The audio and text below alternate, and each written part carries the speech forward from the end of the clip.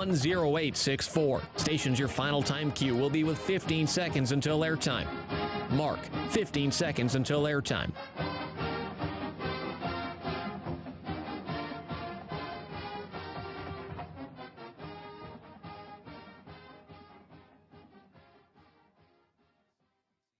Oregon is going to the Final Four. The following is a Learfield presentation of the Oregon Sports Network. And Oregon is going to play in the national championship game. Welcome to Duck Insider. Man, it feels great to be a Duck. Give it to me, baby. My house. I'm taking it there. Their competitors, they'll want to put the O on. Three, got it! We're going to compete to a standard every day. The Oregon standard. Rebound. Tap it in. 1 point more to go. The opportunity to play, put Oregon on your chest, should mean a great deal to you. Unloads on one into left field. Back toward the wall. Gone! This program is staged to compete and to win championships. Oregon wins!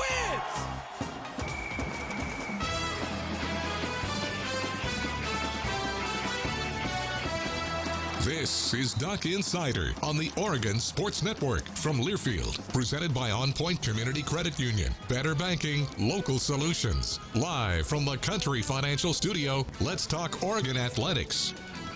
Welcome inside the Country Financial Studio. Jordan Brenner here hosting Duck Insider. It's actually the final show of the week because tomorrow at 1:45, myself and Joey Mack, we're going to be at PK Park getting ready for, dare I say, the marquee matchup on the West Coast this weekend between the Ducks and the Gauchos. Last year, those two teams split it 2-2. They only play 3 games against each other this year. Somebody's going to get out of there with a series win this season. Looking forward to that. Busy show. Women's basketball returns home finally tonight against number 14 Arizona. We'll have a full preview of that, including comments from Kelly Graves coming up in a few minutes. Baseball interviews. Softball's heading down to the Mary Nutter Collegiate Classic, a terrific event in Cathedral City, California. They play a slew of impressive opponents. We'll hear from Melissa Lombardi ahead of that trip. But we start off the show with some tremendous news, and we have to say congratulations. Some incredible news. Janny Takeda-Reed, a huge deal, been chosen as a member of the 2023 Pac-12 Hall of Honor class, part of the first ever all-female class into the Pac-12 Hall of Honor. Every Duck fans remember her heroics as a member of Oregon softball's 3 Women's College World Series teams, 3 Pac-12 teams. But let's just go over some of this resume here. All-time leader in hits, runs, stolen bases, Olympic medal, the first Duck to win an Olympic medal in the sport of softball, and going to be honored during the Pac-12 women's basketball tournament in Las Vegas. One of 4 members of the sport of softball going to be inducted as a part of the 12-person class. Big congratulations to Janny Takeda-Reed. Women's basketball in action tonight. Terry Johns and Bev Smith on the call if you can't make it out to Matthew Knight Arena with the pregame show starting at 6:30. Going against number 14 Arizona, a team that is peaking at this point in the season. Last week they took down a couple of ranked opponents in Utah and Colorado. Utah was ranked 4th last week when they went down to the desert and got a loss. So what's at stake tonight if you're Oregon, if you're thinking about making the NCAA tournament with an at-large bid, you're kind of on the knife's edge tonight, and a win against number 14 Arizona would be highly useful in building your resume. For Arizona, the Cats need just one win this weekend against Oregon or Oregon State to secure a Pac-12 tournament bye, one of the top 4 seeds in that tournament. If you're Oregon, you want to play spoiler and make them earn it against the Beavers later in the weekend. I'm going to be watching for Te-Hina Paopao, a shooting slump that was prolonged, battling some things in terms of injuries, but last game shot the heck out of the ball. 22 points, hit 6 threes.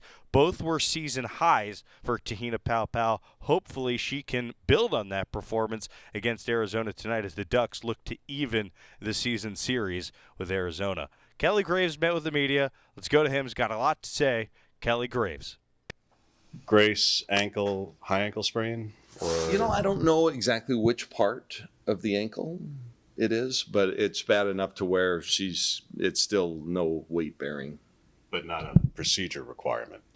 No, that part that's been good news. Okay. Yeah. But this weekend, definitely. I think this weekend's a no-go, and we're praying for next week. Yeah. Gotcha. With Te-Hina coming back and playing better, how much is that? You're hoping that that's not an anomaly, obviously. So how much do you have to be further encouraged that whatever she was dealing with, that she's feeling? Yeah. Te-Hina had a great game. It was awesome to see. She's been really working hard at it. She's been leading. She's been doing the things that she's supposed to do and needs to do.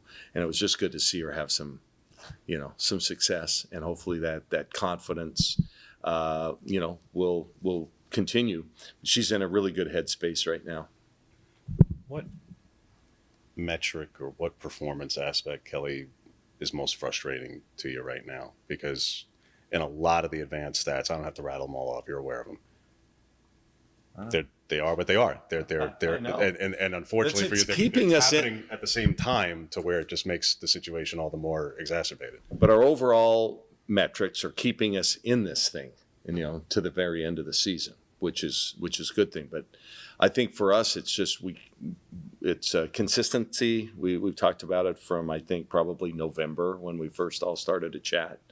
And it just game to game. We don't get that second or third player to have a great game the same night. So Te-Hina's had an awesome game, and then we didn't have anybody else really from the perimeter step up.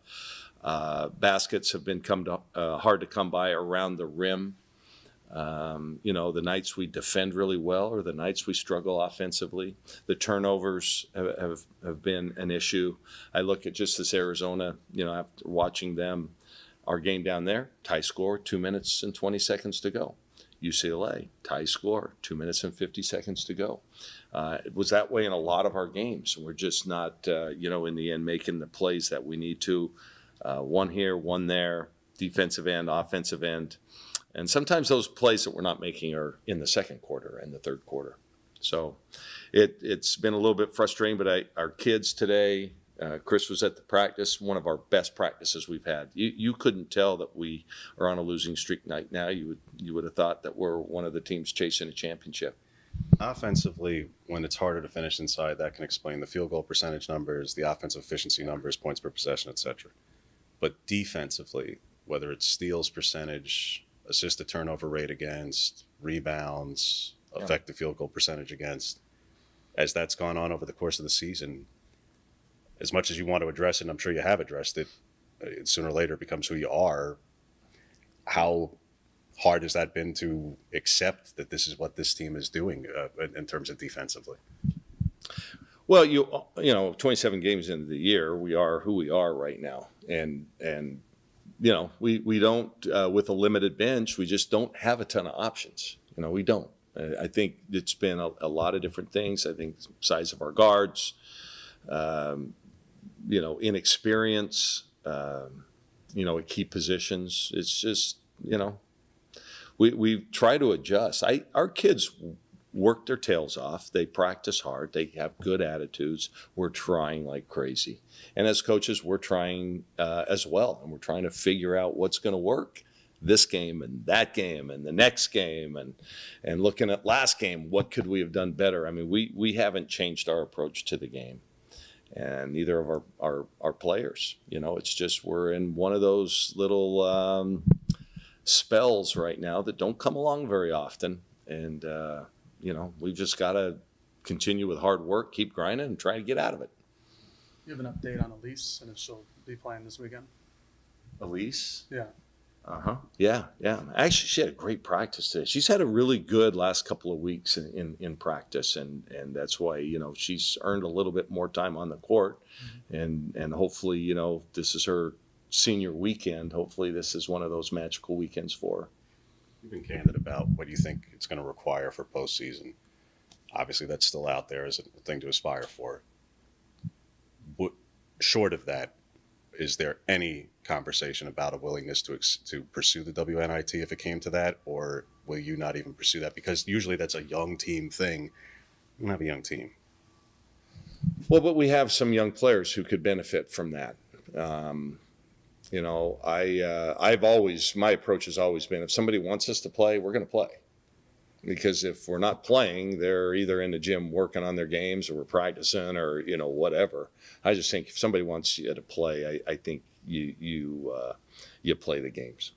So if push came to shove at that, if you got the opportunity. Oh, absolutely. Yeah. No, I would stand by that. I liken it to my second year here. If you guys remember, some of you don't because you're way too young, but Kreppy is an old fart. I covered the last year of the guy that was here before you.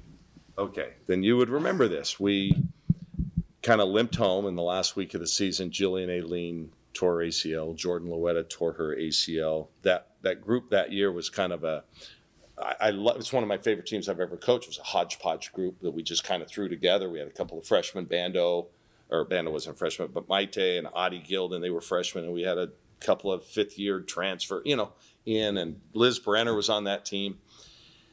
And we were so down because of the injuries, and we didn't get in the NCAA, that it was the consensus among my staff and among most of the team not to play. We had a team meeting. Jacinta Vandenberg and myself were the two that said, no, we're going to play. And we ended up winning 4 games in that tournament. And I thought it was a springboard to some great things that we did, obviously, the next year. Even though it was a different team, Maite, Bando, Adi, Jacinta, some of those key players had some postseason experience. And more than that, we had a lifetime memory. We go down to UTEP. They hadn't lost at home, 20-0. It was 12,000 fans. We were down 19 points, and we came back and won that dang game. Then we went up and got ambushed at South Dakota to end the season. But it was a great memory, And so, yeah, I guess to make a point of all of it, if somebody wants us to play, we're going to play. Gotcha. With this being the last home weekend, obviously the seniors being recognized, you mentioned that Indy's probably going to be one of them. So, yeah. But you've not had a player be recognized who then chose to come back. So fans will start to read into decisions. Has a decision been made about next season for her? No, not as far as I know. And that's her decision. I'm gonna support her whichever way she wants to go. If she wants to come back for a 5th year, great. If she decides she wants to, because she will graduate this spring, if she wants to play somewhere else for another year, I'm going to support her with that. If she decides she wants to enter the draft, she is on the draft board. I've talked to 3 different GMs. I mean, she is going to be in the mix. Where in the draft, I don't know, but I'll support her with that. So that's my job. The other 3 seniors, Taya Hansen, has had a great Pac-12 career. Really proud of her. Elise and Taylor have been a big part of what we've done here, and we're proud of them. They're gonna go out with Oregon degrees, and I think that's really special. I personally really like this group of 4 seniors. They're good kids. They've been great ambassadors for our university and basketball program. So I wish them all the best. 1, 2, 3 5th years. You don't see that very often. That's COVID deal now. And then India. So I wish them all the best, and we'll remember them forever. I think Kelly Graves makes a great point. I think the fan base should celebrate all these seniors sacrificing a lot for this program, and got to send them off this weekend. Starts with a win tonight against number 14 Arizona. That's Kelly Graves. He had more to say. We'll go to part 2 after this on the Oregon Sports Network from Learfield. Hey Duck fans, we're all about protecting our home turf here in Eugene. You should do the same for your home with Country Financial Insurance. Most home insurance doesn't account for inflation, but with Country Financial, yours can. If something happens to your home, make sure you can rebuild the same house in the same place. Call a local representative or 866-COUNTRY and get a solid defense for your home. Home insurance policies issued by Country Mutual Insurance Company, Country Casualty Insurance Company, or Country Preferred Insurance Company, Bloomington, Illinois. Property must meet age and condition requirements, which vary by state. From the weight room to the classroom, on the field and off it, On Point proudly supports University of Oregon athletics because student athletes do so much more than bring us pride on game day. They bring our entire community together in Eugene and all across Oregon. So whether you're watching the game in the stadium, at home, or at your favorite local business, their success makes all of us stronger. On Point Community Credit Union, onpointcu.com. Federally insured by NCUA, Equal Housing Opportunity. Your daily dose of Oregon athletics. This is Duck Insider from Learfield. Are you thinking about buying medicine online? A search for online pharmacies yields more than 20 million results. But which ones can you trust? Medicines bought from unlicensed online pharmacies can be dangerous. You may get a fake drug, your condition may get worse, or you may experience a bad reaction. Don't put your health at risk. To learn how to find an online pharmacy that's safe and legal, visit fda.gov/BeSafeRx. A message from the U.S. Food and Drug Administration. We all want our kids to grow up safe and healthy, so we show them how. With honest conversations that let them know what we expect. That's especially important when it comes to alcohol and other drugs. And when it comes to pain medications, opioids, they need to know that they should never be shared with friends or family. For more information about talking with your kids about underage use of alcohol and other drugs, visit underagedrinking.samhsa.gov.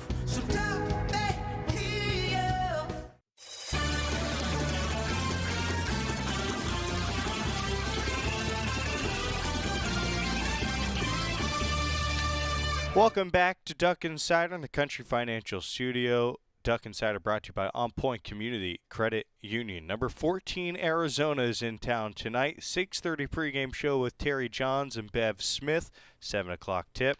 Ducks need a win against the Cats. Here's Kelly Graves previewing the matchup. For Arizona specifically, one more time seeing Reese and Pellington, what will have to change and what will have to be different in terms of limiting them and their ability to be a threat against you. Yeah, well, I think anytime you play Arizona, two things, jump out. Number one, you got to take care of the ball. So live ball turnovers, and we actually played a pretty good game statistically at Arizona the first time. The turnovers killed us. Okay, so we've got to make sure that we take care of the basketball, and then number two, they're really good on the boards, and then in transition. So those, I guess that's three areas we've got to do a good job in those three areas, and if we do, then we can absolutely beat these guys. This has been, I'm sure, challenging for you in a different way. Sure. I'll bring it back to the very beginning.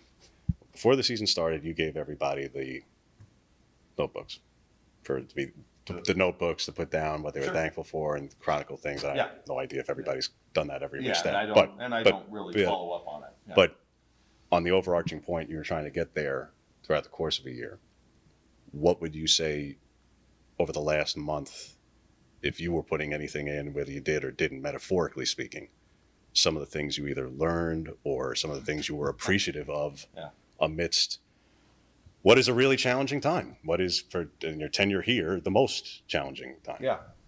Well, what I am most proud of this team, I know we're on a losing streak. You couldn't tell by just being around them. I think their chemistry off the court's been great. I think they're having fun. They're probably having more fun in the locker room and stuff before the game. They're energized. They're doing the right things. We have the right tenor. It's not translating, unfortunately, on the court in wins. So I'm proud of them for that. Nobody's thrown in the towel. My staff, they're still grinding. They're still doing their due diligence, and we're working on the next opponent. I think they've compartmentalized that pretty well. What's next? We've only talked about Thursday. About a month ago or 3 weeks ago, I kind of gave them the big picture. This is what I think we need to do. And I'm not sure that helped. So we've now taken an approach of we can only worry about Thursday night's game.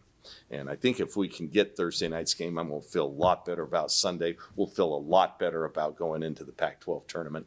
I think we're going to end up being one of those teams. If we can get into the field, and there's still a chance for us to get into the field, we're going to be one of those teams nobody's going to want to play. We're going to be a high seed, low seed.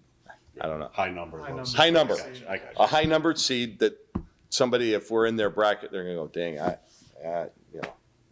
we drew the short straw. So, and we've been there before, as a coach, I think, you're the guy that looks at records.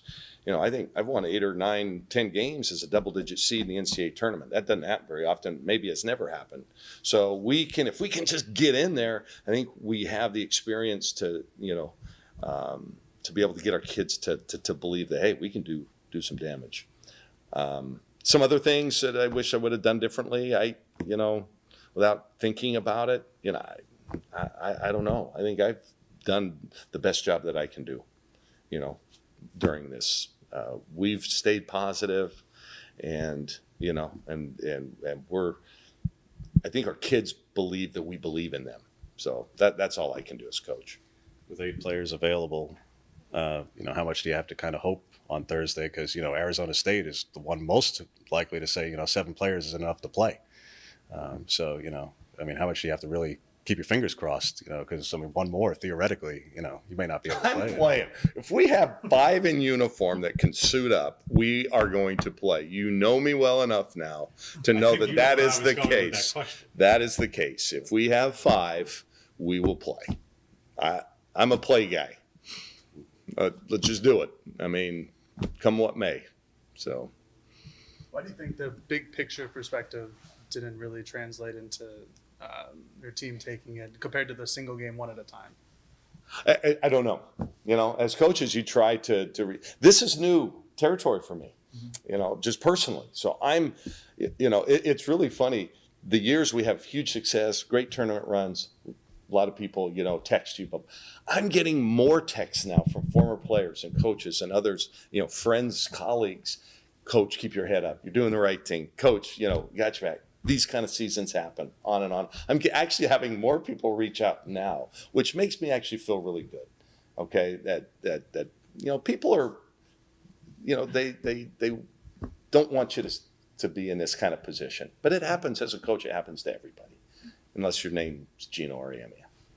How much right? Does that translate over to the girls now? You have people like Sabrina involved, and you have former players that are kind of encouraging you guys a little bit. How much does that translate over to the culture that they have and keeping their head up? Satu just texted me. Miss you. Love you. Just literally during practice, I haven't had a chance to respond to her. So Marche Moore, just same thing. She just texted. I haven't talked to Marche in a year, and she reached out today. So it's like, that makes me feel good. And, and I know there are better days ahead of us. It's kind of one of those one-offs, and as a coach, if I had to go back to your question, I haven't pulled the right string. So we tried that. Now we're trying next game only. This is what, instead of looking big picture, let's look more what's next. This is all that matters. So is understanding part of those limitations of this team physically, Kelly? Part of why, like you talk about pulling certain levers, pushing certain buttons. Every coach goes through that. Yeah, sure. Some are more willing, and you've been willing at times, but it was usually when Sap was here, to be more pointed and directed and personal in these settings, because sometimes players respond constructively to that. Is part of those limitations why you haven't with this group? Because haven't what? Necessarily, if a player doesn't perform, to say Jane Doe specifically, because of certain limitations, that maybe that button isn't worth pressing because? Yeah, we'll just say because. It's just a different era. Yeah. Different era. So I have no problem with our player. I'm actually really proud of them. I really like this group. I have from the beginning. We've talked about that. I just think this is it's just not translating into W's on the court, but it's not for lack of trying. It's not for, we have bad kids, bad chemistry. It's none of that. It just hasn't worked on the court yet. And I say yet, because there's still some hope, and all we can do is what we can do on Thursday night. Just play our best and hope to scratch out a win somehow. You talk about this team's chemistry kind of off the court, just not being able to translate on the court. Do you think partially kind of the reason why is because you have been so inconsistent with the leadership on your team, just knowing that sometimes one player is going to have a great night, but the next night she might not? Well, that's been our issue all year. I mean, I'm not sure, are those two experienced guards like India and Tahina, I'm not sure they've both had great games very often at the same time. When one has a really nice game, the other maybe has a little off game. So, but the leadership's been fine. This has been this is a good group, and it hurts me because I want them to have success. I feel for what they're going through, and and hopefully that starts on Thursday. That's all we can hope for. Do you feel like Tahina and India could get to a point still in this season where they're both playing kind of at their potential? Do you feel like that's kind of your missing piece? I mean, I hope so. We don't have many games left. So, yeah, that's obviously the ideal. I still think this is a really good team. If we can get it all clicking at the same time, I think we've got the parts. We do. Good to hear from Kelly Graves ahead of tonight's game against number 14, Arizona. Up next, Melissa Lombardi ahead of the Mary Nutter Collegiate Classic. The number 22 Ducks going down to the desert. More after this on the Oregon Sports Network from Learfield. Dear winter, Toyota's got 20 vehicles with available all-wheel drive and four-wheel drive, and that's more than any other auto brand. So you bring the action, and we'll bring the traction. Always Toyota. Toyota, let's go places. Based on manufacturer's websites as of 11/21/22. At Shadow Hills Country Club, our all-inclusive event pricing allows us to take care of all of the details while you enjoy your event. Our wedding garden, expansive grounds, ballroom, and meeting rooms can accommodate any size event and come complete with full catering and service staff. From weddings to business and social events, Shadow Hills offers the benefits of a resort atmosphere and the peace of a country setting just minutes from downtown Eugene. For more details, call us today or go to shadowhillsevents.com. Dear winter, Toyota's got 20 vehicles with available all-wheel drive and four-wheel drive, and that's more than any other auto brand. So you bring the action, and we'll bring the traction. Always Toyota. Toyota, let's go places. Based on manufacturer's websites as of 11/21/22. You're listening to Duck Insider. Duck Insider on the Oregon Sports Network from Learfield. We all make choices about alcohol. Kids make choices whether to drink or not. Bye, Dad. Remember, I'm going to Alex's party tonight and sleeping over. Hey, remind me about that party again? And adults make choices whether to talk about it. That's true of parents and every other trusted adult in a kid's life. Kids want to know our expectations, and they want honest answers in everyday conversations. So talk with your kids and help lead them on a positive path, because when you talk, they hear you. Learn more at underagedrinking.samhsa.gov. Meet Ed, movie buff, animal lover, safe driver. 5 years of driving an ambulance teaches you a thing or two. If people knew what I know, lives could be saved. When I see a car trying to rush past a turning bus, I get concerned.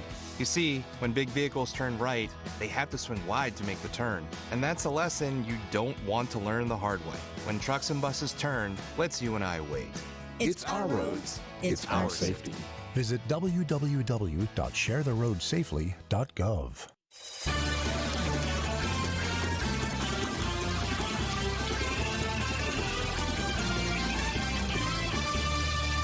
Welcome back to Duck Insider. Jordan Brenner inside the Country Financial Studio, brought to you as always by On Point Community Credit Union. Huge weekend coming up down in Southern California for Oregon softball. Not only will they face a bunch of ranked teams, they're going to face two teams that went to the Women's College World Series last year in Northwestern and Florida. Big test coming for Melissa Lombardi's group. And before we get to her comments, a schedule update. With Iowa State dropping out of the Mary Nutter Collegiate Classic, things move so quickly in collegiate athletics. We saw that with baseball this week. Oregon is going to play UC San Diego on Sunday at 9 a.m. So that's great news that Oregon's able to find a new opponent that quickly. That is not an easy thing to accomplish. All right, Melissa Lombardi met with the media ahead of a crucial non-conference weekend, a measuring stick weekend for Oregon softball. Final thoughts on the weekend?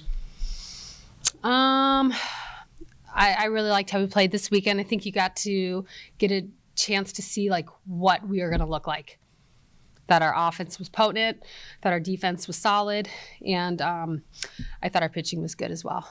With that many more starts, reps, innings, starting to get a better gauge now in year 2 with Stevie in terms of where that when she's on and when success is going to happen, and if there is any kind of an issue, how to identify it just earlier, and kind of stop it out quicker if there's a command or any kind of a control issue or anything like that. Yeah, I think the first weekend she put a little pressure on herself. That's what I think about with the first weekend more than anything, is her just putting a little too much pressure on herself, which happens. So it was nice to see Stevie. I thought she looked really sharp. She threw the ball hard, had really good movement, was constantly working ahead.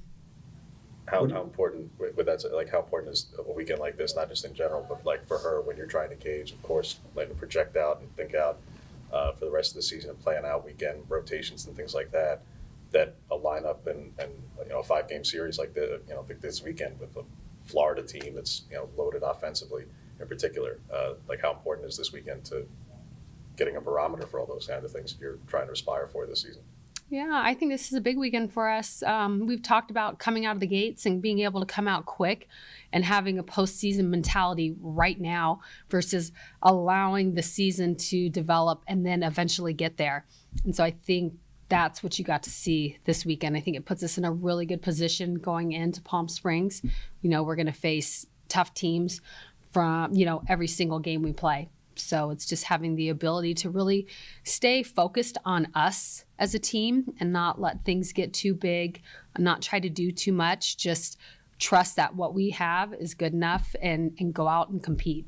This weekend, you guys responded almost every time that, something happened in the bottom of an inning, you guys would come back in the top or whatever the next go-round was offensively.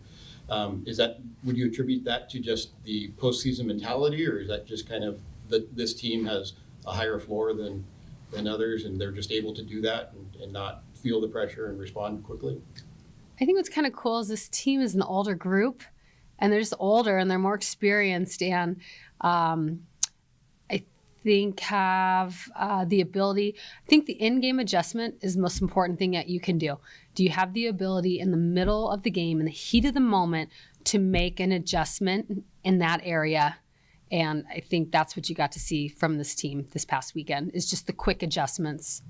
When going up against some of these teams that made it to the World Series last year, do you look at that game against Oklahoma State in terms of what things you maybe wish you could have done better in that game to sort of translate to these teams that were also at the top of the softball landscape last year?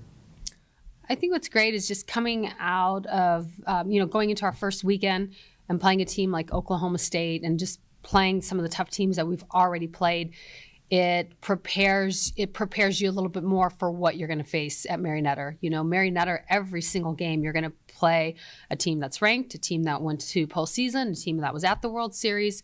And so I think it just really puts us in a better position to compete against them and to understand what we need to do to win. I think for us to do what we need to do, it's about being able to pitch and have really good defense, to be clutch with our hitting. We're going to face some tough pitchers. You're not going to get 10 plus hits off of them. If we do, I'll gladly take that. But it's being able to clutch up in the moment and put a couple things together. And from there, what can your defense and pitching staff do to finish out the game? Did you want to play Northwestern Missouri another go around after last season? Like as a data point, was that deliberate on your part, or is that just happenstance that Mary Nutter just paired you up again?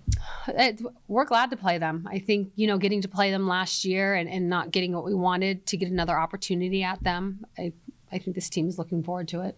You mentioned that some of the pitchers, if you do face Hightower in particular, what do you see from her? What makes her unique in the long lineage of very good Florida pitchers? I just think she does a really good job of moving the ball around. She's got good separation between her different pitches. She gets you to chase, or hook pitches foul. So I think it's just really understanding, whatever our game plan, the game plan that we have against her, the game plan that we have against anybody else, is trusting that that's the right game plan and going after it. I know we talked a lot about the physical growth from your team from last year to this year. But it seems like the more we talk to the players, they tell us about the books that they've read that weren't probably mandatory by you, but choices of their own. To do that on top of all the schoolwork that they have to do, the hard off-season training, just what does it say about this team and how much they have decided themselves that they wanted to grow mentally to prepare for the season? That you're talking to a mature group of athletes is what I would say. That's where I go back to the elder, experienced athletes that see what they have but are wanting maybe a little bit more. I think in college, physically, everybody has it. But to me, the mental game is what separates. And so I think everybody on our team understands how important the mental game is. And so, there's things that we do as a team, but I think it drives it even more when they, as individuals, take it upon themselves to do things, on the mental side. How gratifying is it as a coach when they go out there? I mean, obviously you guys are still coaching, but when they're executing the game plan or executing that philosophy, taking the extra bases every opportunity. They did that this past weekend. Every chance that there was a throw someplace else, they would grab that extra base or pushing pressure by taking those extra leads. How gratifying is it to kind of see that all that work that you put into it come to fruition with a mature team like this? I think it's gratifying for all of us. This team works really, really hard. We have tough practices. I don't think we ever have a practice where we just kind of go through it to just be loose and ready to go for the next day. There's always reason and purpose behind what we do.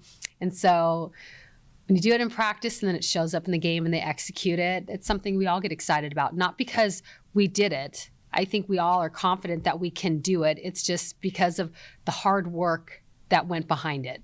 I think that's what's exciting about it. I think the sport, our game, it's really, really fast. So them taking extra bases, to me, that shows that their mentality and how quickly they can think ahead in the middle of the game, as the game is going. The game moves at a very fast pace. So they're always looking for that extra base, or they're looking for what's next. Is Hannah going to be able to give it a go this week? Yeah. Yeah, excited to get her back. Stevie was talking about growing into comfortability with not just her own self, her own presence out there, and also learning that she can shake you off, or Tara off, for that matter. How much of that do you see is, even if she hasn't done it yet this season, that she has to grow into that, where maybe in club balls it wasn't something she was permitted to do as much, that's part of the development and maturation process of a young pitcher, is having that freedom? No, the freedom is there. I think that's the first thing that we talk about when they come in, is that, to me, it doesn't make sense whether a pitch is coming from me or coming from our catcher, and a pitcher goes, and then they throw it. Like, I don't know why we would expect that anything good would come out of that. So if you as a pitcher have that's not what I want, you need to shake. When you're young and you're learning, you're maybe not quite as sure about that. But I think as you get more experienced, she's still very young, but she's experienced. Then you start to, you don't worry about, well, what if it's wrong? You don't worry about that. You just know what you want. You get caught up in what you want, and that's what you want to go get. How much of that learning was learning because they ended up over the fence last season? How much of when those happened, that was because if she was more comfortable at the time and shaking off, that those could have been avoided at the time? Hey, who knows? That's out of our control. I could call the greatest pitch in the world and it goes over the fence, and I could call the worst pitch in the world and it doesn't. I don't think it really has to do with the outcome. I think it has to do more with them as individuals really being decisive on the mound and knowing what they want. They're going to get a pitch that they want, and they're going to throw it, and it's going to be the perfect pitch in the world, and it's still going to get hit out. But to me, that pitch doesn't stay with them for the rest of the game. They're able to let that go and move on to the next, because she believes, she trusts in it. You tip your cap to that hitter. But if you're throwing a pitch because you're indecisive, then I think that's where, problems are created. So I think Stevie's really decisive with what she wants right now. I think they're all really decisive about what they want. And I like that. I really like the staff. How do you feel that they're all settling in? Obviously there's still a lot of season to go, but kind of hitting those different roles, if you will, who's going to eat the innings if they're not starting and whatnot. How do you feel like they're kind of settling into potential roles throughout the season? I like how they're settling in. I think they're settling in quicker than maybe we had before. I think you could see we have a staff, and I like that a lot. I think you have to have a staff.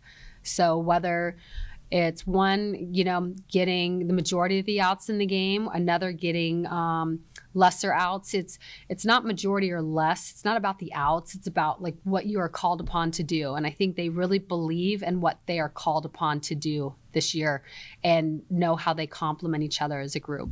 You've gone to the Mary Nutter more than a few times. Is there an experience that you think of when you think of this tournament? I'm sorry, say that again. You've been to this tournament more than a few times. Is there an experience that you think of about years past of times you've been at this tournament that sort of stick out to you? I just think with this tournament, it's, it's one of the biggest preseason tournaments, non-conference tournaments that's out there. And so I think it's important for our athletes to really get caught up in us and not get caught up in the big crowds and all the to-do and ESPN and Flow Softball and everything that goes along with it, to really get caught up in us and what we're set out to do. That's what I think is the most important thing that they can do. And then it's just about playing good, clean softball and having an opportunity to be clutch and be clutch. And there's going to be times where we may not necessarily get what we want, to let it go, to make the adjustment and know that we're going to get it later. So I think it's being mature, and it's being very competitive and really getting caught up in us is what's going to allow us to be successful this weekend. As a macro overview of this season, it seems like the offenses are much more potent across the nation. Is that, in your opinion, just something kind of ebbs and flows with the game, or is there something that you would attribute that to, or is it just kind of a one-off oddity? Yeah, I'm not quite sure exactly what. I mean, our game, if you look at how our game has changed, our ball was white, now it's yellow. We pitched at 40, now we pitch at 43. You look at the technology that the hitters swing now, it's better than ever. You look at the information that offenses are getting on pitchers, it's, they know every single little thing. So I feel like our game has grown more, like you've seen it become more offensive, where in the past you used to have 1-0 ball games with double-digit strikeouts. I think so. You've seen it change a little bit offensively. So, and that's why I just think, again, that the importance of a staff.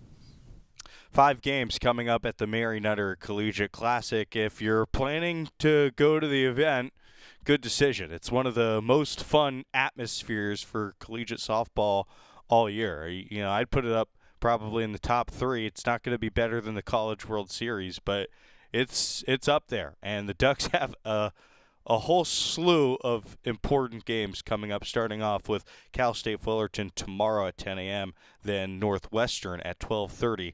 Last year, a team that made it to the Women's College World Series. Going to be fun to follow along all weekend. If you want the radio call, KWVA going down there, Ryan Milano, Austin Oda.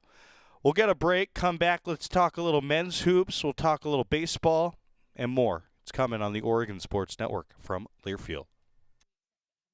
From the weight room to the classroom, on the field and off it, On Point proudly supports University of Oregon athletics because student athletes do so much more than bring us pride on game day. They bring our entire community together in Eugene and all across Oregon. So whether you're watching the game in the stadium, at home, or at your favorite local business, their success makes all of us stronger. On Point Community Credit Union, onpointcu.com. Federally insured by NCUA, Equal Housing Opportunity. Hey Duck fans, we're all about protecting our home turf here in Eugene. You should do the same for your home with Country Financial Insurance. Most home insurance doesn't account for inflation, but with Country Financial, yours can. If something happens to your home, make sure you can rebuild the same house in the same place. Call a local representative or 866-COUNTRY and get a solid defense for your home. Home insurance policies issued by Country Mutual Insurance Company, Country Casualty Insurance Company, or Country Preferred Insurance Company, Bloomington, Illinois. Property must meet age and condition requirements, which vary by state. This is Duck Insider, presented by On Point Community Credit Union on the Oregon Sports Network from Learfield. I've been driving trucks for a long time, and safety is my #1 priority. I know that my truck has huge blind spots. That's why I remember to check my mirrors often for smaller vehicles. Everyone can help keep our roads safe. Next time you're behind the wheel, try to avoid lingering in those blind spots. It can be dangerous. Let's all plan to share the road safely. Learn how at www.sharetheroadsafely.gov. I found hope in the midst of an overwhelming situation. Alcoholism is a disease that can affect any family. Everyone suffers, but there is help and hope at Al-Anon Family Groups. Al-Anon gave me my life back. I'm a better father and husband. Are you in an overwhelming situation because of someone else's drinking? Al-Anon and Alateen can help. Local and virtual meetings are available. Maybe one could work for you. Call 1-866-200-0033 or visit alanon.org/hope.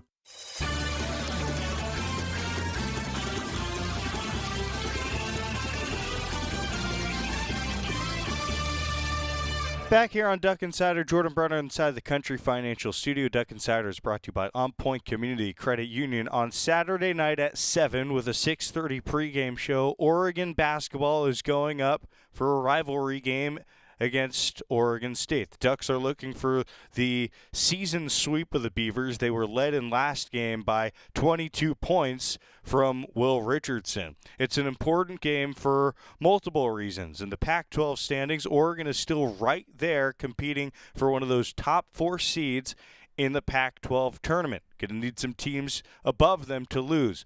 Arizona State, they play at Arizona. That's good for Oregon. Utah plays against UCLA.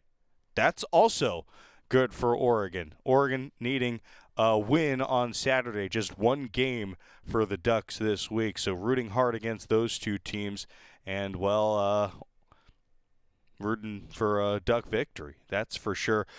If we're looking at the NCAA tournament, it's a long shot for Oregon to get in with an at-large bid without a big run in the Pac-12 tournament. But as it currently stands, the Ducks are one of the next 4 out. They are trailing one Pac-12 team on the bubble. USC is one of the last 4 in. Arizona State is with Oregon as one of the next 4 out. Joey Mack traveling up to Corvallis, 6:30 p.m., the pregame show.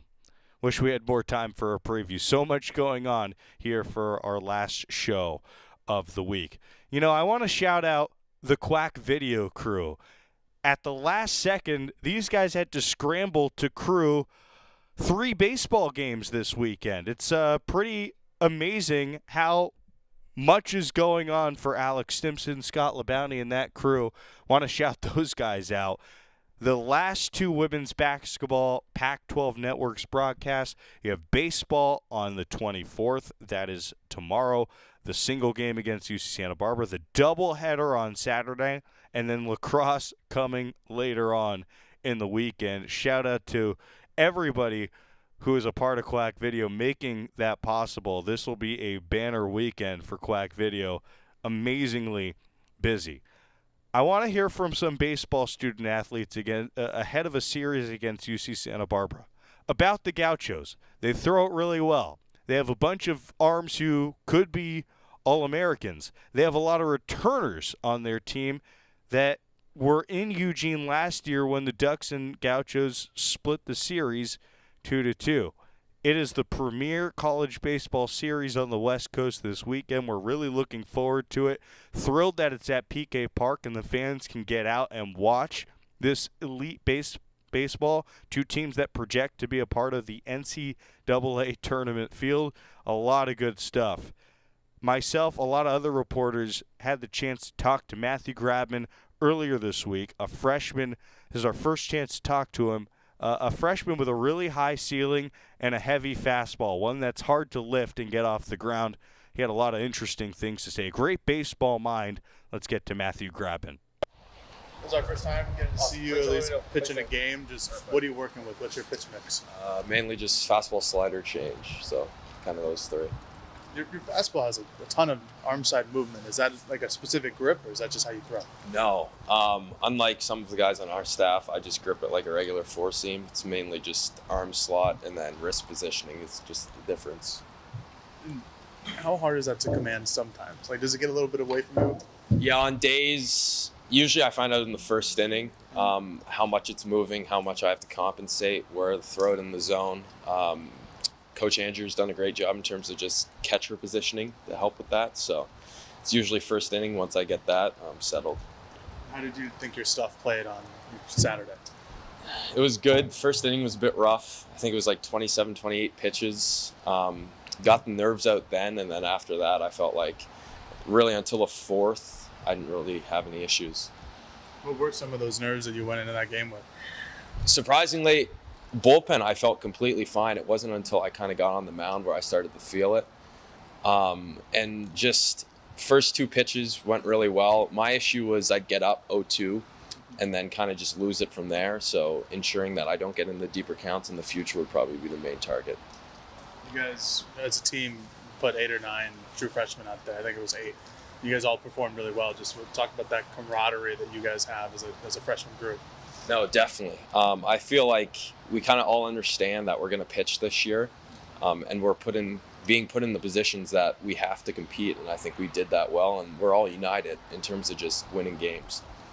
What was it like having Turner come in after you two Canadians going together? I've known Turner for a while now. I think since 2018, 2019 is when we first got to play with each other, so it was interesting to see kind of that Canadian combo. And we did that with Team Canada, I think, in one game. So seeing that happen in Division I is really cool. You guys, for your collegiate recruitments, you guys talk about coming to Oregon together and what that could be like? Yeah, so I committed prior to him. I committed, I believe, my sophomore year. He committed his junior or senior. And I remember bringing it up to him when we were on Team Canada, because that's when he was considering coming here, and he was talking to Coach Martyr.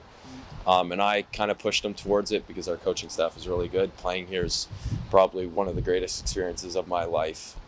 And I feel like he's seen it pay off. You guys have another Canadian on the team in Diodati. Do you guys have like a little Three Musketeer, no pun intended, from playing Xavier? But yeah, a bit. I never really got the no deal until I got here. I never met him. No, he played on Team Canada. Went to Alabama, of course, for his freshman and sophomore years.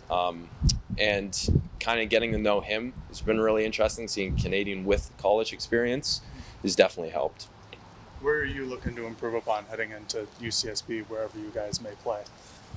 For me, I think it's just getting up in the counts like I was, and then just having that out pitch and getting those outs instead of getting the 3-2, 2-2 counts and kind of falling behind. So I think just finishing batters and 4 pitches around that would probably lower the pitch count and let me go longer. With how much your fastball moves arm side, do you have, do you have trouble in trying to keep it high in the zone and trying to keep it above the hitter's chest line and trying to get him to swing over it or under it? Sometimes, in terms of last game where it was moving a decent amount, lower in the zone usually works better. If it's not moving as much, up in the zone really helps. That's at least where I had success with Team Canada and pitching at some minor leaguers my senior year. So going into the series and future, we'll see. How much does that Team Canada experience help you for this big-time level of college baseball here in the Pac-12? No, definitely. With Team Canada, I got to pitch against the U.S., which, their roster at that time, their 1-hole hitter, 2-hole hitter, and 3-hole hitter were basically, that was the draft order of last year. They had a very competitive lineup, probably one of the best lineups I've ever pitched against besides here. So having that experience and then plus pitching against those minor league guys out of the facilities is an experience. Matthew Grabman, well spoken, don't you think, for a freshman? Really high ceiling for that young man, and Oregon's going to have him throw some big time and important innings this year. Let's get a break. I want to hear from Jacob Walsh, now a sophomore here on Duck Insider. Coming back after this on the Oregon Sports Network from Learfield. At Shadow Hills Country Club, our all-inclusive event pricing allows us to take care of all of the details while you enjoy your event. Our wedding garden, expansive grounds, ballroom, and meeting rooms can accommodate any size event and come complete with full catering and service staff. From weddings to business and social events, Shadow Hills offers the benefits of a resort atmosphere and the peace of a country setting just minutes from downtown Eugene. For more details, call us today or go to shadowhillsevents.com. From the weight room to the classroom, on the field and off it, On Point proudly supports University of Oregon athletics because student athletes do so much more than bring us pride on game day. They bring our entire community together in Eugene and all across Oregon. So whether you're watching the game in the stadium, at home, or at your favorite local business, their success makes all of us stronger. On Point Community Credit Union, onpointcu.com. Federally insured by NCUA, Equal Housing Opportunity. More Duck Insider coming up on the Oregon Sports Network from Learfield. Medicaid and CHIP offer free or low-cost health coverage for children and teens. Hospital and doctor visits, prescriptions, shots, and more are covered. That's peace of mind for parents if a child is sick or gets injured. And parents may now be eligible for Medicaid too, even if they've applied in the past. Enrollment is always open. Visit insurekidsnow.gov or call 1-877-KIDS-NOW. Paid for by the U.S. Department of Health and Human Services. The United States Deputy Sheriff's Association is a national nonprofit and the largest non-governmental provider of services to law enforcement. The USDSA assists city, county, state, and federal agencies with free safety equipment donations and officer survival training, along with cash donations to families of law enforcement officers who perish in the line of duty, college scholarships for the children of law enforcement, a citizen awareness program, and more. For more information on the USDSA and how you can help, visit usdeputy.org.